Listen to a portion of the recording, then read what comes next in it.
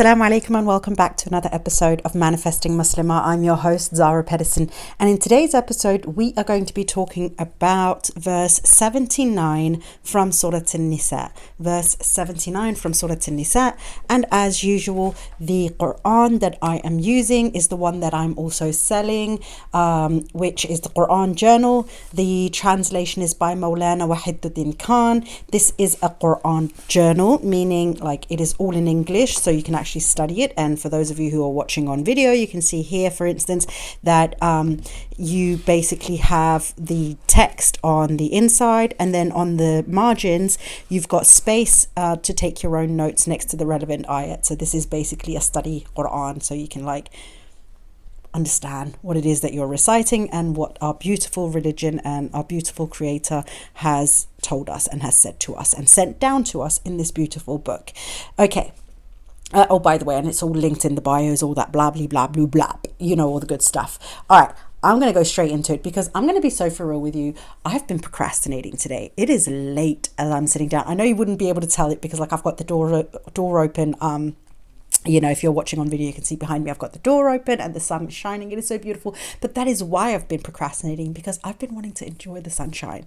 I think I'm going to start recording and filming my podcast episodes in bulk, especially now as we're coming into like spring and the weather down here in Sicily at least is getting really lovely and beautiful, and I'm just like I'm feeling it. Like I want to be outside sipping a cup of tea and reading a book and stuff in like during the daytime. So maybe I'm gonna start doing that. I don't know. I haven't quite made up my mind yet, but I'm definitely thinking about it. So I know, by the way, that it's not something that is unusual to do. I know that a lot of people who have podcasts record a lot of episodes in advance. I just kind of like having the time to like record based on reflections that have recently happened. Like sometimes I'll have like an episode based off of, you know, something that we've spoken about in the membership meetings, so it's very relevant, it's top of mind,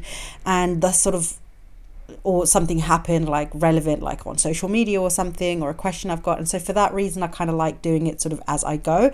But realistically speaking, it is not the smartest thing to do as I go, because, you know, ADHD, procrastination, sun is shining, all of that good stuff. I'm easily distracted. That's all I'm going to say. Anyway, if you've got any thoughts about that, let me know. I don't know if you have any thoughts on it, but if you do, feel free to let me know. All right. Ayat number 79 from Surah Nisa. And I'm going to read the whole ayat, but we're going to focus on the first part of it. So it says, whatever good befalls you, it is from God, and whatever ill befalls you is from yourself. We have sent you forth as a messenger to mankind, and God suffices as a witness. So we're going to focus on the first part, and if you're following me on TikTok, you'll see that I actually shared this yesterday. If you're watching as I'm literally recording this video and this episode and putting it out, I literally shared a meme thing on it on TikTok around this verse, and I was like, actually, I don't think I've spoken on this verse before, so it kind of suits me to do that today again, which is why I love kind of also the whole like recording as I go. Anyway, point is, we're focusing on the first part. The second part is obviously a message to Muhammad sallallahu alaihi wasallam. It is not us who are the messengers. So when Allah goes on to say, we have sent you forth as a messenger to mankind, we obviously know that that is about the Prophet sallallahu alaihi wasallam. But this is such an interesting verse. I've spoken about it before also in my membership meetings, and there was a couple of the girls who hadn't heard about this verse before. So I think it's a brilliant verse for us all to take into consideration, because it speaks volumes, one about Allah, our relationship with Allah, but also our understanding of good versus bad and what we are putting upon ourselves. And recently, quite a lot of in quite a few of the meetings, the last 2 or 3 of the meetings, we've been talking in the membership meetings, we've been talking about the struggle and, you know, the tests and how like it can feel difficult, and the more we struggle, the better it might be and whatever. And I don't believe in that. sorry if I'm bursting your bubble here, but I don't believe in that. I personally have not found a single place in the Quran or in any of the hadiths that says the more you struggle, the more pious, the more humble, the more beautiful you'll be as a person. No, nowhere have I found that. If you have found a specific place in the Quran or in any of the hadiths that say that, please feel free to share that with me. But the way that I have read the Quran, studied in some of the hadiths, I've obviously not known I don't obviously know all of them, but I haven't come across any of that before. So it's always baffled me that we have this general understanding and consensus within the Muslim Ummah that the more we struggle, the more happy Allah is with us, or the better Muslims we are, and the less we struggle, the less Allah loves us or something. And that's not the case. That is not the case. This verse, I really feel, speaks volumes into that, because we have to look beyond it. It's not just about Allah is giving us blessings and food on our table and whatever, money in our pocket, whatever. It is also the fact that the lessons, the tests that Allah gives us are part of that good. It is part of the good that we know. And the struggle, us struggling through our tests and the lessons, that's from ourselves. That is not Allah. Allah is not saying, I'm giving you this test because I want you to struggle. Allah is saying, I'm giving you a test because I want you to grow. And growth is not a struggle. It can be difficult. Key word here is can. It can be difficult, but it can also be enjoyable. It can be a learning experience. It can be fun. It can be adventurous. Growth, whether spiritual, physical, emotional, knowledgeable, anything. I think we are so used to having to look at it from like, oh, if Allah is sending us a lesson or a test, it has to be difficult, or it must feel like I'm suffering through it and I'm struggling through it, and like I have to sacrifice like in horrible ways and whatever. We're bringing that to the table. That is us as humans bringing that to the table, because we want ease. And ease for a lot of us comes with not having to try very hard, not having to push outside of our comfort zone, not having to do something that we might feel uncomfortable doing at times, that we might feel difficulty doing at times because we are used to doing something else. Because growth, again, like as all of those like quotable not memes, Pinterest boards and whatever, like it's like the growth comes out of your comfort zone, magic happens outside of your comfort zone, whatever. And that's where it comes from, because we have to do things that we are not used to doing in order to get results that we haven't seen. And Allah knows this, so that's why He puts these tests and lessons in front of us, but not because He wants us to struggle, but because He wants us to get to the next level. He wants us to succeed. He wants us to move forward. He wants us to get better, stronger, happier, more fulfilled in life. And we can't do that if we're stagnant. However, the struggle that comes with it, that is us who decide that we're going to bring that to the table.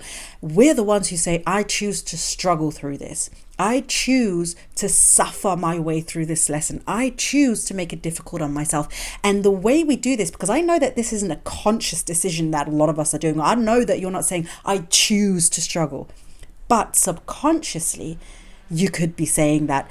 And let me give you an example of how that can be. An example is, I don't feel like I'm ready for this growth. I was actually quite content with where I was. And so when Allah is putting down a test or a lesson to get me to the next level, right? To get to that next step. But I was quite happy with how things were right now. Like I didn't really want to shake up too much, or I didn't feel ready for it. I might resist. And when I resist, the lesson persists. We're not getting through it. We're staying stuck in it because we're giving it that energy instead of saying, oh, Allah's trying to get me somewhere else, so I'm going to go with the flow. I'm going to say, no, I'm going to try and stop the wave. I'm going to try and stop the movement. I'm going to try and stop Allah's will because I'm going to be resisting it. And when we resist something, resistance is not a pleasant thing. There is no joy necessarily in resistance. Resistance is struggle. It's pushing back. It's putting in effort where otherwise you don't have to. Imagine yourself, as I said, like you're on the sea. I didn't say that, but I used the term of like the wave. Today, my mind is ADHDing. I hope you can keep up with it because it's going 1,000 miles an hour and I don't know why. But yeah, well, I know why. It's ADHD. But imagine you're at sea and there's a wave coming at you, and it's a big wave. It's not like one of those little ones. It's a big enough wave that it has some impact, right?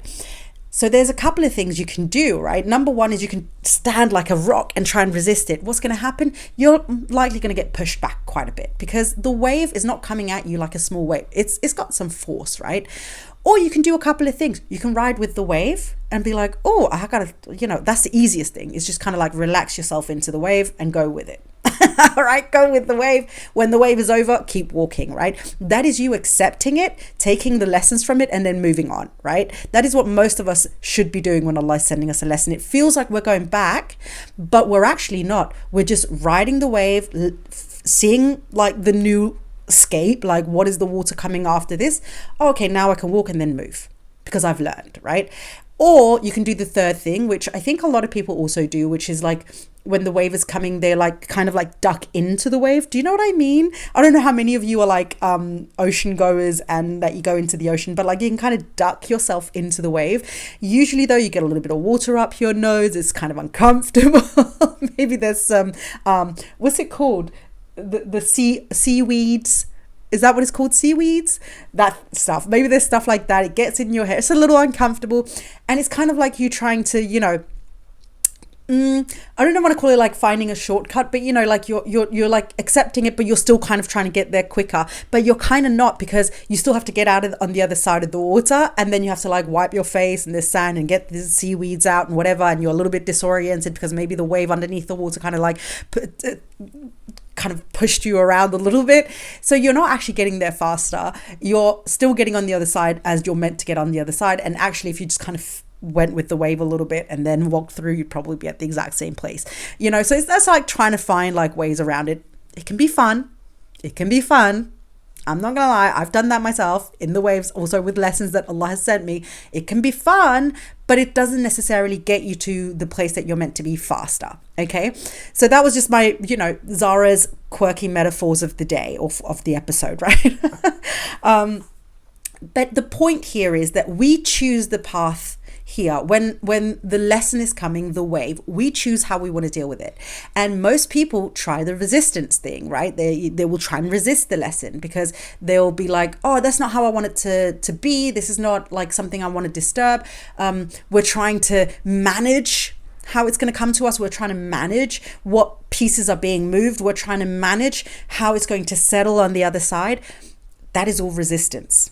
Instead of just riding with the wave and saying, okay, whatever, like Allah's choosing it for me, I'm just going to ride with the wave and hope for the best on the other side. Because, well, not even hope for the best on the other side, know that the best will come on the other side. You know why? Because Allah is in control of it. And the moment we try to control it, it's not going to look pretty all the time, right? That's where we start struggling. This is when it becomes difficult for us. That is why this specific ayah resonated with me the first time I read it, and I was like, wow, that is so profound, because it is so true. We're the ones who are in charge of how we choose to experience these things. Whatever good befalls you, it is from God. The lessons, the tests are good. You know why? Because there's growth in it. There's a development, there's evolution in it, there's knowledge within it, there's whatever it is that we need in the tests and the lessons. They're not there just for fun. They're there because they have a purpose. And whatever ill befalls you is from yourself. When we're trying to resist it, when we're trying to do something else, when we're trying to go against what we know better than to do, anything bad that happens to us is from our choosing. Allah, if you haven't heard this episode, by the way, go back and listen to it. Allah wants us to succeed. And I listed up so many ways in which Allah, to me, is like he's proving to us how much he wants us to succeed through everything that he's sent us. And this is another way, again, another example of how much Allah wants us to succeed, that Allah only puts good forward to us. He only puts good forward to us. And the more tawakkul we have, the more we trust in his decisions, the more we trust with what Allah is bringing forth and allowing to happen to us and for us, the better it'll be for us. The more we resist, the more we say yes, but the more we try to find loopholes, the more we try to push our own agenda forward, the more difficult it'll be for us. This is a tough one for a lot of people to sit with, because it also means that the suffering you feel like you're going through right now, that you feel out of control of, that you feel you don't have control of. How does the sentence go? I can't speak today, apparently. Whatever struggles you're going through right now that you don't feel like you are in control of, and you've been like, why is Allah doing it to me? It can be very difficult, specifically for those of you who are going through that, to accept this. But Allah is all-knowing, and He said it. This is not my words. Remember that. So don't come for me. This is Allah who said it. Because I know some of you are like, no, but Zara, don't Zara me. Take it with Allah. Allah said it. I'm just repeating it. Okay, so, let me just, you can DM me and all that stuff, but I'm still going to take you back to exactly what I'm saying in this episode. So sit with it, journal on it, speak to Allah about it, whatever you need to do, right? But ultimately, you're the one who's choosing. I'm going to take an example. I'm going to end this episode here because I want to go outside again to sit and have a cup of tea. But the people of Gaza, the people of Palestine, their suffering is very real. They're tested in this dunya. They're being tested in this dunya to a level that none of us can even comprehend, right? And you look at them and you're seeing how they're inspiring people around the world to convert to Islam. Why? Because they recognize that the struggle is hard, but they have the tawakkul in Allah, making them still come to prayer, making them still say Allahu Akbar, making them still grateful for whatever little they have, even through the hardest time. It's a perspective, it's a mindset, it's a faith in Allah, it's a tawakkul in Allah that is so strong and so beautiful and so admirable that it literally convinces people around the world that, yeah, actually, if that is what their religion is doing for them, I need me some of that. And then we're sitting here on the other side of the world crying because we broke a nail, or crying because that person that we've been praying for doesn't want to marry us. I'm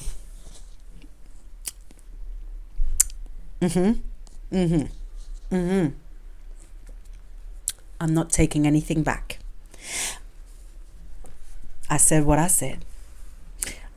I will give you whatever look I'm going to give you if you're watching on video. And if you're not, take the silence in this podcast episode and know that I am, my lips are pursed. Okay? There's some attitude in this. Because the quicker you realize and understand this,